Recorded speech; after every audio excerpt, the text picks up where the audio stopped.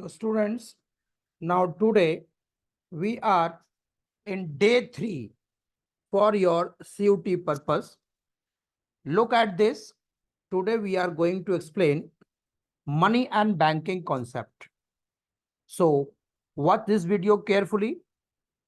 When money was not there, we used to exchange by barter system.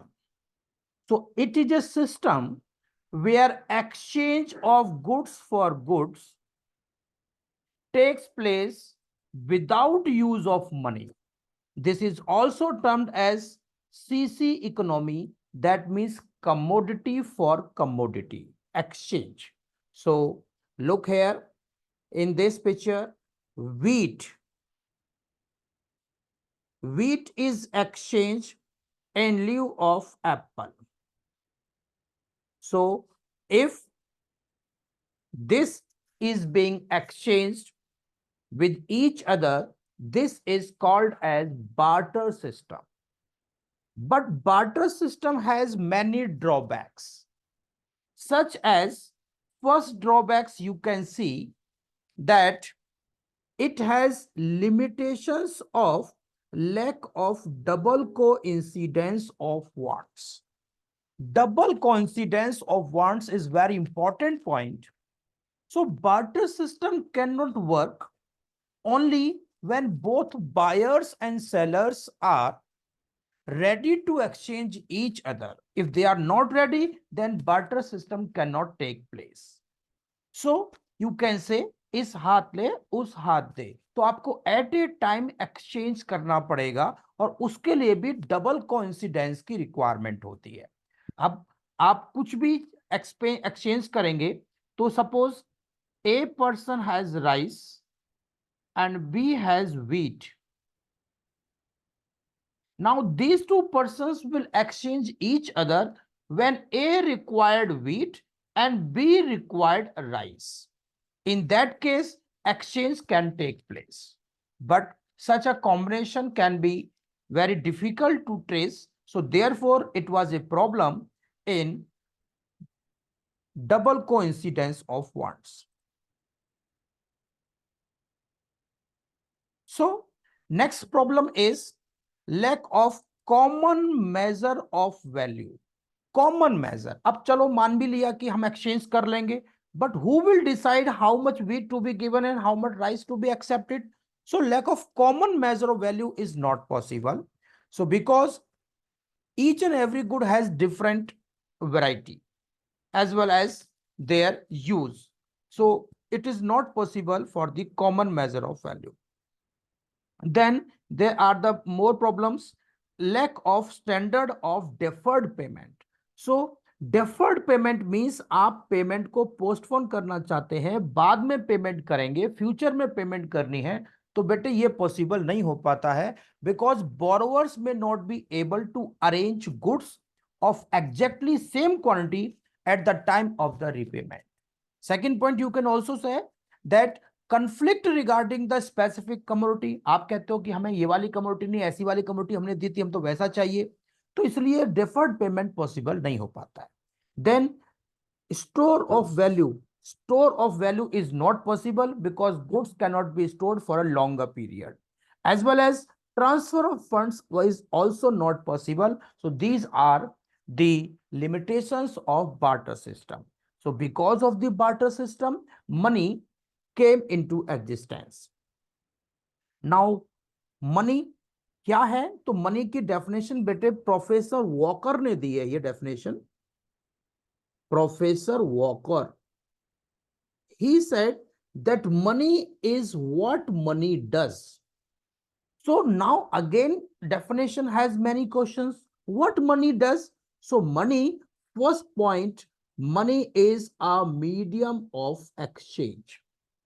And second point, you can say that it is a help in measurement of value. And third point is store of value. So anything which can help in these three functions can be called as money. तो money very important concept है. इसका money का एवोल्यूएशन कैसे हुआ, पहले किस form में हम क्या क्या चीज मनी के रूप में यूज करते थे।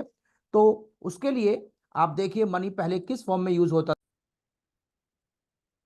देखिए बेटे, बार्टर सिस्टम के बाद सबसे पहले लोगों ने इस कौड़ी को यूज किया एज मनी।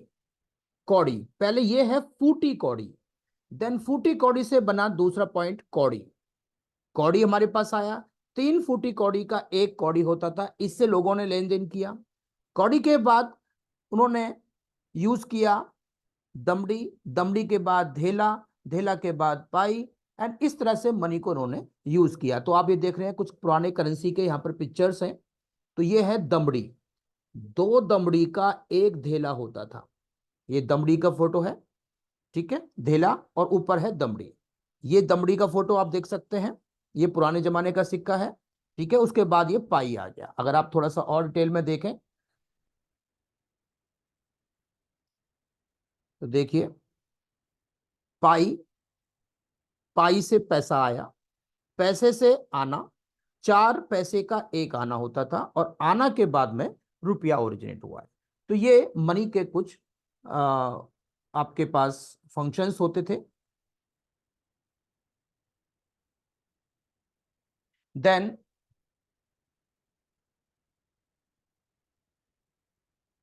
अब आप देखिए,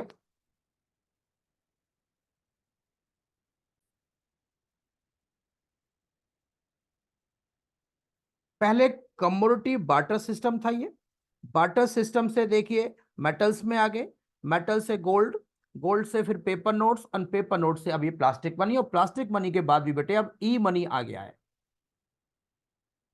ठीक है। ई मनी से भी हम पैसे को ट्रांजेक्शन्स कर रहे हैं। देन मनी के फंक्शंस, तो बेटे आपको बेसिक नॉलेज होनी चाहिए कि मनी क्या क्या काम करता है।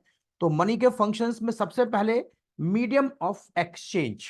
तो अगर हम मनी में सबसे पहला काम है एक्सचेंज करना, तो ए एंड बी आपस में एक्सचेंज करेंगे on the basis of money, तो it is very easy. Second one, you can say measurement of value. So to know the price of any of the commodity, we can tell that price in the units of account in a form of money. So money has helped in measurement of value. Secondary functions, standard of deferred payment। तो अगर आप आज payment नहीं करना चाहते हैं, future में payment करना चाहते हैं, तो is called as deferred payment. Store of value, money को आप स्टोर कर सकते हैं as much as you can like. Then money supply, तो बेटे money supply most important topic है आपका, क्योंकि मनी के फंक्शंस तो आपके सिलेबस में नहीं है, बस नॉलेज के लिए याद रखना। सो मनी सप्लाई, सबसे पहले बेटे मनी सप्लाई याद रखना, ये एक स्टॉक कॉन्सेप्ट है। So money supply is a stock concept. That means money supply refers to total volume of currency held by public at a particular point of time in an economy. So this is the definition of money supply. So what are the components of money supply? So money supply basic has two main components, cash currency and demand deposits. So these are the two main principal components of money supply. First one is cash currency held by public, and second one is demand deposit. These are the basic two main components of money supply.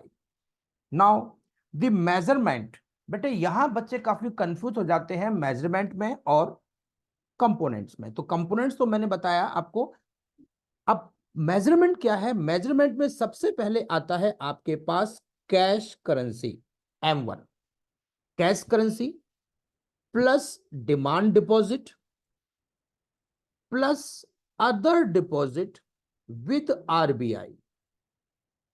This is the formula for M1. Then M2. M2 has formula M1 plus post office savings. Post office में भी लोग कुछ अपनी savings को deposit करते हैं, तो post office savings.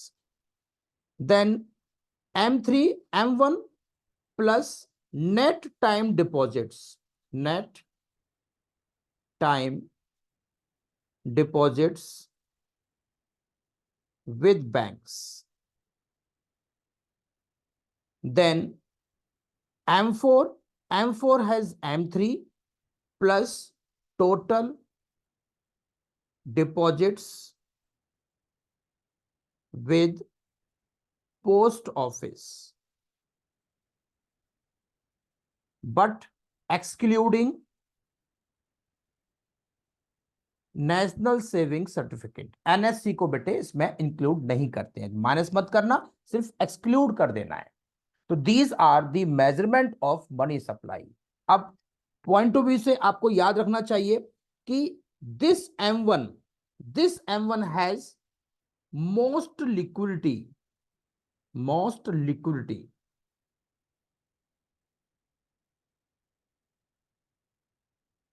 most liquidity M1 has, and this has least liquidity, this has least liquidity। तो सबसे ज्यादा liquidity in form of currency में वो M1 में होता है और सबसे कम लिक्विडिटी M4 में होता है, बिकॉज M4 में आप बाद में इसको मिल पाते हैं, निकाल पाते हैं। Then commercial bank, so commercial banks and central bank. तो व्हाट आर द बैंक्स? तो any financial institution that accepts public deposit can be called as commercial bank. So commercial bank का मेन काम क्या हुआ? सबसे पहले, जस्ट ए मोमेंट,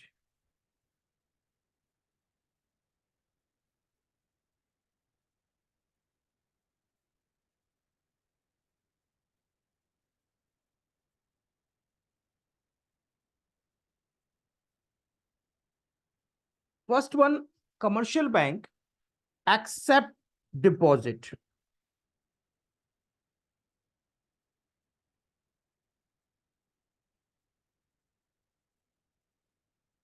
आपके पैसे को कमर्शियल बैंक अपने पास जमा कर लेता है। उसके लिए वो डिफरेंट टाइप्स के अकाउंट ओपन करता है, like saving accounts, current account, recurring deposit account और फिक्स डिपॉजिट, आप कह सकते हो आरडी अकाउंट और टाइम डिपॉजिट। ये कुछ अकाउंट्सों में अपने पैसे को आप जमा कर देते हैं। फिर एडवांसिंग लोन, एडवांसिंग लोन, उस पैसे को फिर दूसरों को उधार दिया जाता है। वो आप किस फॉर्म में उधार देगा? तो वो हो सकता है ओवरड्राफ्ट आपको दे, हो सकता है discounting bill of exchange, discounting bill of exchange, demand loans के फॉर्म में, डिमांड लोन्स, इस तरह के लोन वो आपको देगा। अब हम बात करेंगे सेंट्रल बैंक। तो सेंट्रल बैंक बेटे बहुत इंपॉर्टेंट कॉन्सेप्ट है। सेंट्रल बैंक में क्या क्या उसके पास कॉन्सेप्ट है, तो आप देखिएगा सेंट्रल बैंक के फंक्शंस के बारे में पहले मैं आपको डिस्कस कर दूं। So first of all, what is central bank? So central bank, you can see that it is an apex body that controls, operates, regulates, and directs the entire banking system in the economy is called as central bank. Like in India, RBI is our central bank. So this is the definition of central bank. Now,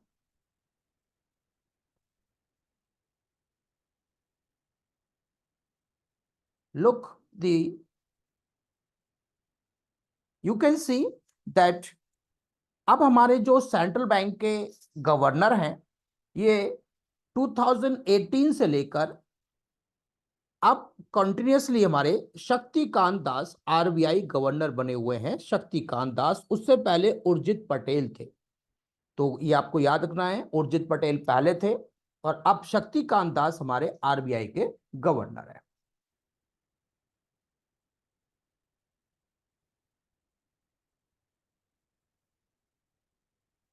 now the functions, बेटे सबसे पहला RBI का क्या function है? तो first function you can see that issue of currency, issue of currency, जो भी currency notes बनते हैं ₹2 onwards, they are published by the RBI.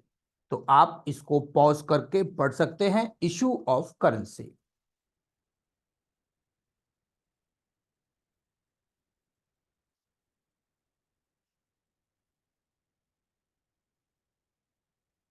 Second concept is banker to the government. So central bank functions as a banker to the government. Both central as well as state government, दोनों के लिए ये काम करता है।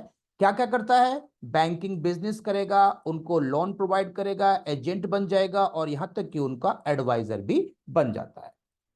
आप इसको pause करके ड्रिल में पढ़ सकते हैं, क्योंकि आपको पता है ये जस्ट रिवीजन हो रहा है, तो आप इसको पहले आप पढ़ चुके हैं। Then third function you can see, bankers bank and supervisor. So bankers bank and supervisor is the next function of central bank. So it can act as a banker and supervisor for all the commercial banks. Next one is control of credit. इसकी मैं detail में आपको आगे बताऊंगा पूरा कैसे control करता है। तो ये काफी इंपॉर्टेंट कॉन्सेप्ट है क्रेडिट कंट्रोल। इसके दो मेथड्स होते हैं, एक होता है क्वांटिटेटिव और क्वालिटेटिव। क्वांटिटेटिव में bank rate, repo rate, reverse repo rate. इधर आता है cash reserve ratio, statutory liquidity ratio and open market operations. इसमें मार्जिन रिक्वायरमेंट है, credit rationing, moral suasion and publicity, आप कह सकते हैं moral सुएशंस।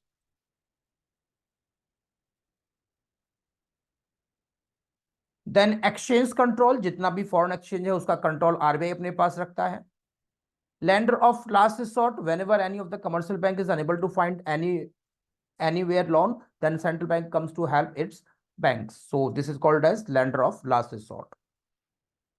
Then custodian of foreign exchange और balances, जितना भी हमारे पास फॉरेन एक्सचेंज और बैलेंस होता है उसकी कस्टडी भी हमारे सेंट्रल बैंक के पास होती है। तो ये आप इसमें पढ़ लेना। Now the very important concept is what is legal reserve ratio. So legal reserve ratio has two main components, cash reserve ratio and statutory liquidity ratio. ये वो मिनिमम रेशो है जो कमर्शियल बैंक को कीप करके रखना पड़ता है। कुछ अब किस फॉर्म में रखना पड़ता है तो देखिएगा, कैश रिजर्व रेशो ये वो अमाउंट है जो आरबीआई अपने पास रखता है एक सर्टेन परसेंटेज, और ये वो है जिसे कमर्शियल बैंक अपने पास रखेंगे। ये कमर्शियल बैंक अपने पास रखते हैं। जैसे मान लीजिए ये है आपके पास आरबीआई, ये है आपके पास commercial bank like Axis bank, ये होगी कॉमन पीपल। अब मान लीजिए इन कॉमन पीपल ने एक्सिस बैंक के पास 1,000 रुपए डिपॉजिट किया। अब बेटे इस पैसों में से कुछ पैसा, इन पैसों में से थोड़ा सा अमाउंट मैं आपको समझा देता हूं डिटेल में, देखिएगा। इस पैसे में से certain amount has to be kept at RBI. मान लीजिए हम लेते हैं 10%, जस्ट एन एग्जांपल, 10% आरबीआई के पास जमा कर दिया तो 100 रुपए इधर जमा हो गए। This is called cash reserve ratio and certain percentage has to be kept by commercial bank itself. For example 20%, so 200 रुपए कमर्शियल बैंक अपने पास रखेंगे। This is called SLR। तो आई होप आपको क्लियर हो गया। तो आप कह सकते हैं the amount of total deposit, the percentage that has to be kept at RBI is called as cash reserve ratio, and the percentage that commercial bank has to kept themselves is called as SLR. अब इन दोनों को आप plus कर देंगे तो CRR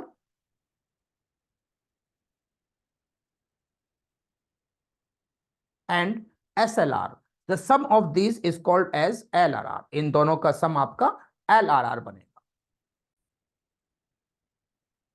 Now what is credit creation? Most important concept है credit creation. So credit creation, commercial bank create credit on the basis of their deposits. So it depends only mainly 2 points. First one is primary deposit. Primary deposit, how much money people deposit with commercial bank. And second one is legal reserve ratio. So it depends.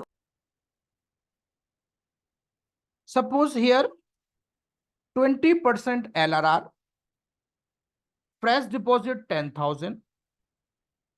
So 2,000 has to be kept by a commercial bank and remaining 8,000 can be given as loan.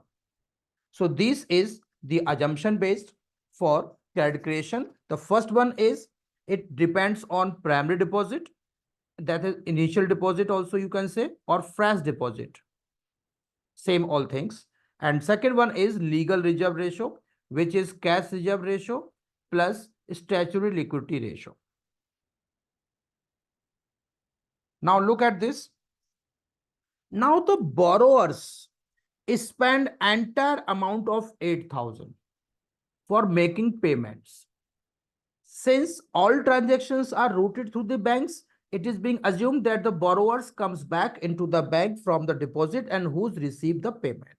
So now bank will keep 20% and again 1,600 as cash reserve and lend 6,400 to the borrowers. And this process will continue till fresh deposit becomes equals to legal reserve ratio. जो भी amount है उसके equal हो जाएगा, तब तक ये continuous चलता रहेगा. अब कैसे काम करता है तो मैं इसको आपको एक एग्जांपल से बताता हूं. तो देखिए हमने क्या लिया था, हमने इन्हीं प्राइमरी डिपॉजिट लिया था बेटे 2,000 नहीं 10,000 लिया था sorry, and legal reserve ratio लिया 20%. तो फर्स्ट राउंड में डिपॉजिट पैसा हुआ 10,000, उसका लीगल रिजर्व रेशियो 2,000 बैंक ने रख लिया और remaining amount given as loan. Second round में ये पैसा वापस कमर्शियल बैंक के पास जमा हो जाता है क्योंकि लोन दे दिया उसने. तो सेकेंड राउंड में बैंक के पास लोन हो गया, इसका भी वो 20% अपने पास रख लेगा और बचे हुए पैसे को वो आगे उधार दे देगा. और ये प्रोसेस कंटिन्यूअस रहेगा इस तरह से. और फाइनली आप फॉर्मूला लगाएंगे money multiplier 1 by legal reserve ratio. So here 1 by legal reserve ratio 20 है परसेंटेज के अंदर, तो 5. Now total money creation formula money multiplier into primary deposit. So 5 into primary deposit 10. तो क्रिएशन कर दिया उसने 50,000 का, तो यहां आ जाएगा 50,000. इधर आप रख लेंगे 10,000 का 20% और मार्केट में 40,000 उधार भी दे दिया.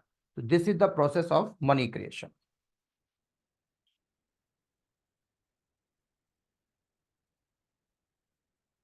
Now the functions of RBI I have already explained to you. Now the very important question, what is bank rate? So bank rate is the rate of interest at which central bank lends to commercial bank. It is currently 6.5% is the bank rate and it is for longer period. This is also known as discount rate. So bank rate means the rate at which central bank lends to commercial bank for long term. On the contrary, repo rate again the same process, lends commercial bank for shorter period, बस only difference is short period, rest all the same.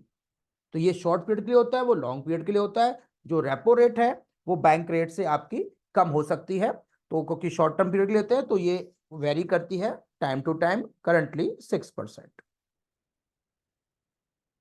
Reverse repo rate, when reversely commercial bank park their extra money with RBI. So currently it is just only 4%. तो an increase in reverse repo rate prompt banks to park their more funds. तो commercial bank अपने पैसे को park कर देते हैं central bank के पास।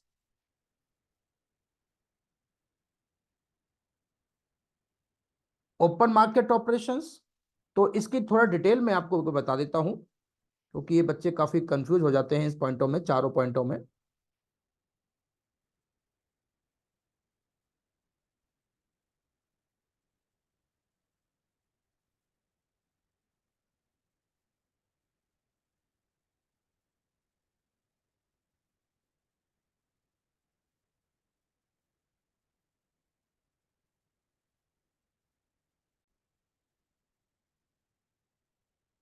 Look, suppose this is your RBI, central bank.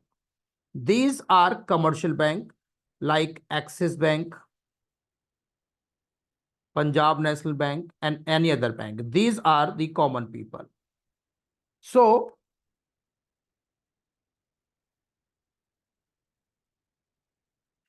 now when this bank lends to this bank for long-term requirement is known as bank rate. And when this bank again lends to this bank for short term is called repo rate. तो बेटे bank rate और repo rate की definition almost same है, बस difference है तो एक long term के लिए है और एक शॉर्ट टर्म के लिए है। And when this bank deposit their extra money with RBI and RBI give loan to commercial people और commercial bank is called reverse repo rate. तो ये तीन कॉन्सेप्ट होते हैं, bank rate, repo rate and reverse repo rate. On the same point, this bank sell or purchase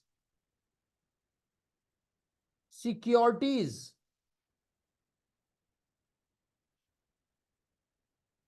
is called open market operations। तो ये open market operation होता है। और सीआरआर मैंने आपको ऑलरेडी बता ही दिया। सीआरआर क्या होता है कि when this bank deposit their money,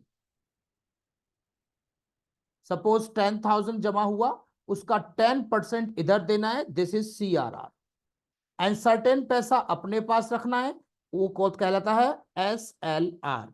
दोनों का सम एलआरआर होता है। ये कॉन्सेप्ट याद रखने हैं। एक और छोटा सा कॉन्सेप्ट है कि सपोज ये बैंक किसी को जब लोन देते हैं तो कोई ना कोई अपने पास सिक्योरिटी और कोलेट्रल जमा करते हैं। सो मार्जिन रिक्वायरमेंट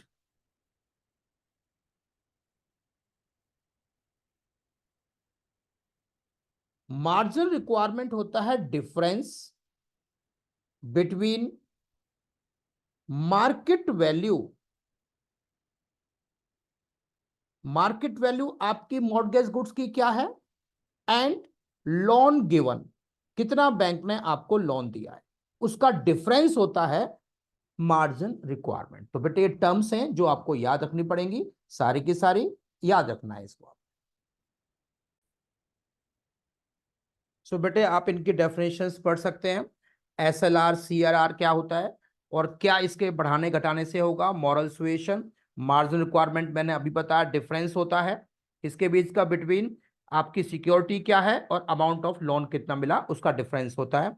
और क्रेडिट राशनिंग है कि how much loan you can be given in a certain time. So ये है मनी एंड बैंकिंग के कुछ बेसिक कॉन्सेप्ट मैंने एज फार एज रिवीजन किए हैं।